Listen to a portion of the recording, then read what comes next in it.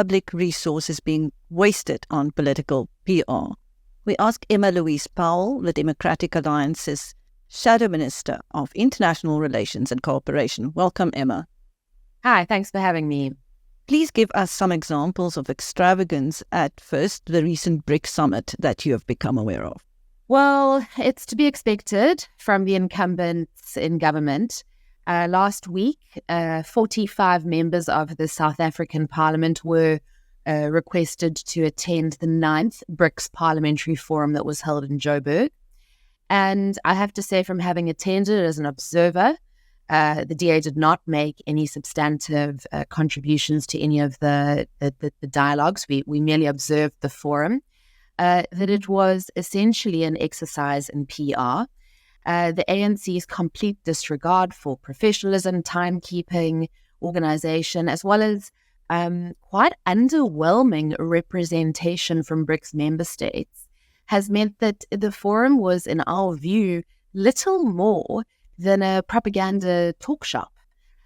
We also know from a parliamentary question that was released yesterday, that was answered by Police Minister Becky Cele to one of my colleagues in the National Council of Provinces, that for the actual BRICS summit itself, more than 75 million rand was spent on deploying police officers to that summit. Now, I think it's also important to point out there that all of these foreign delegations, the president of course, China, Brazil, India, they all bring with them their own security contingent. So essentially, these more than 5,000 police officers were deployed to keep our ANC cadres safe, while people across South Africa continue to deal with rampant violence, rising crime rates, and a scourge of crime that doesn't seem to be abating anytime soon.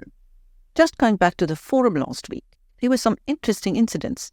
Please share some details with us. It was, as I say, essentially an anti-Western propaganda talk shop. What I found very interesting was that when the BRICS summit took place and the conversation around expansion of BRICS happened, and it was agreed that a number of member states, including Iran and the UAE, would be joining. It was agreed that those member states would be joining from January. Now, what I found fascinating was to see that at the recent summit, whilst India, China, Brazil, Russia, and South Africa are current members of BRICS, and countries like Iran are still only going to join, that those countries were actually invited in this year to participate in the parliamentary forum. It was also very interesting to see that whilst Iran brought a large delegation, and it was led by the Speaker of the Iranian Parliament, that the Iranian Parliament is called the National Consultative Assembly because, as we know, Iran is the theocratic dictatorship. And the Speaker there, Mohammad Khalibaf, who is the Speaker of that Parliament, delivered a vitriolic diatribe against the West as part of his opening remarks. He spoke about things like using BRICS to counter NATO expansionism. There were a couple of dog whistles to theocratic doctrines, such as a call to use BRICS to return to what he termed moral and spiritual principles. And essentially, after having delivered that vitriolic diatribe, the Iranian delegation essentially disappeared from sight. There was an extravagant gala dinner that was hosted on the first night. It was obviously intended to be a showcase of unity and camaraderie. The dinner started over an hour late. India joined for a few minutes and then went and had dinner elsewhere. Iran failed to attend. Only a handful of Chinese representatives showed up. Saudi Arabia was notably absent. Brazil, very interesting. We know that under Lula da Silva, with the transition of power from Bolsonaro to Lula da Silva, there's been reform that's been happening in Brazil. I'm not sure how closely the direction in which Lula da Silva is taking that nation aligns to the political rhetoric that's coming out of the BRICS forum, and the Brazilian delegation only sent 2 delegates. And so there was notable disinterest from member states in this shambolic event. Whilst millions were spent, we have submitted parliamentary questions. We're in recess. They'll be answered soon. And I think that ultimately, for me, the refrain here is that BRICS is really not achieving altogether very much. It's essentially a talk shop. It's becoming a conglomerate of nations that essentially are dog whistling to narratives around countering what they perceive as Western hegemony, but altogether not achieving very much. I think something else that's quite important to note from the South African perspective, and it is absolutely something that we consider to be positive, is the refusal by big business when having been approached by Parliament to provide sponsorship to the forum. Can you tell us how many businesses were approached and how many declined? So we were, as South African members of Parliament, called to a last-minute briefing session on Sunday night last weekend, and a presentation was delivered to us by the organising committee. There were 13 companies that were approached for what they called resource mobilization, which is essentially another word for sponsorships. There were 13 companies: MTN, Vodacom, Telkom, interestingly, a European company, Volkswagen, Adapt IT, Nedbank, Accenture, Brand SA, Petro SA, Distill, Macro. And of those 13 companies, a number of them gave overt responses where they declined. Companies, of course, like Volkswagen and Telkom and Nedbank. And a number of companies just didn't respond. There was one company that provided, it was a fan park, essentially.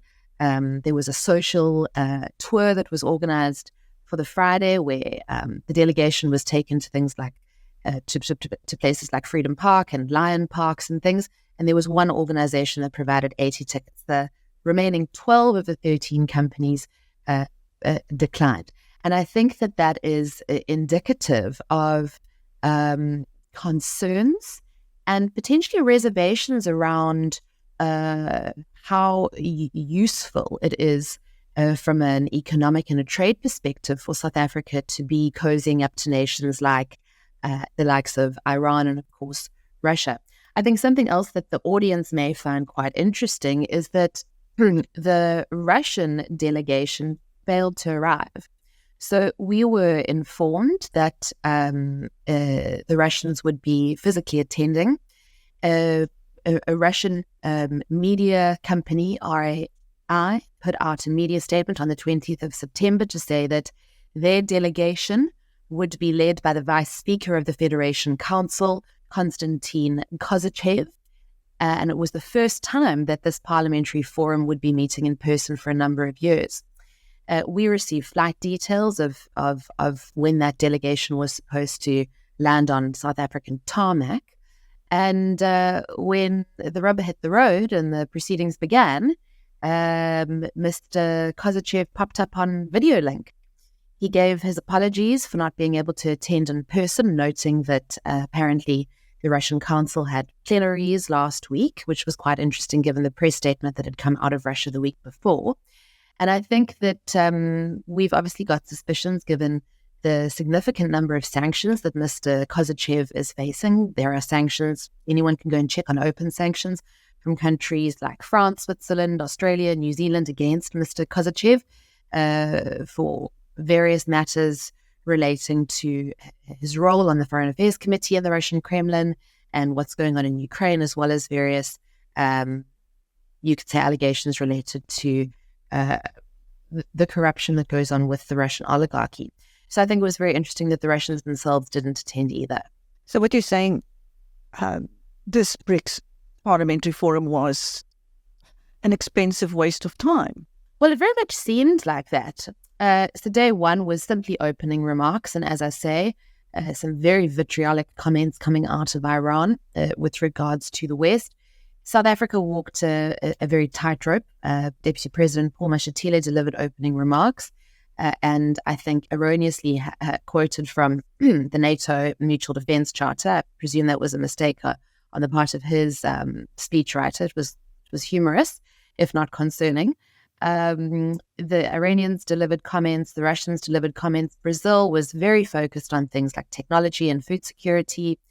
And on day two, There were a number of breakaway forums. There were forums that were related to energy security, climate change, the use of or the usefulness of multilateralism, and then, of course, peace and security. It was very interesting to see nations that are actively involved in transgressing the United Nations Charter participate in the forum on peace and security. It was the forum that I attended.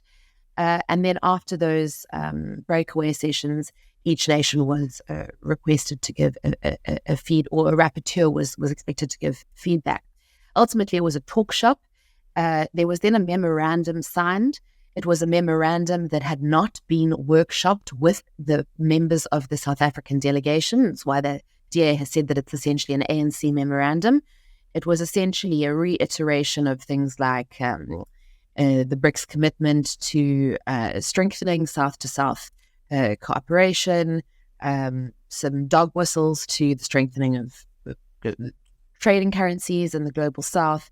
There was a little bit about a commitment to the United Nations Charter, which of course is a joke in light of member states of BRICS, and that was not workshopped. So essentially, the forum achieved altogether absolutely nothing.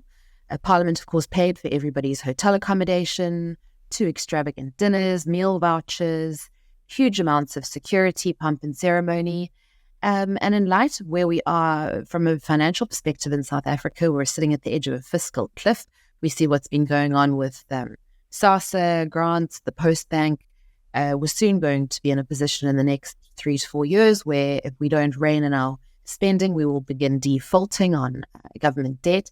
And in light of this, it is absolutely outrageous that the incumbent government still thinks that it's appropriate to be hosting these lavish talk shops that essentially disincentivize our Western partners from investing in this country. And we see that now having a direct impact on what corporate South Africa is willing to associate themselves with. Thank you. That was Emma Louise Powell, the Democratic Alliance's Shadow Minister of International Relations and Cooperation, speaking to Biz News about the waste of public resources on international political PR. Thank you, Emma. Thank you. Thanks for having me.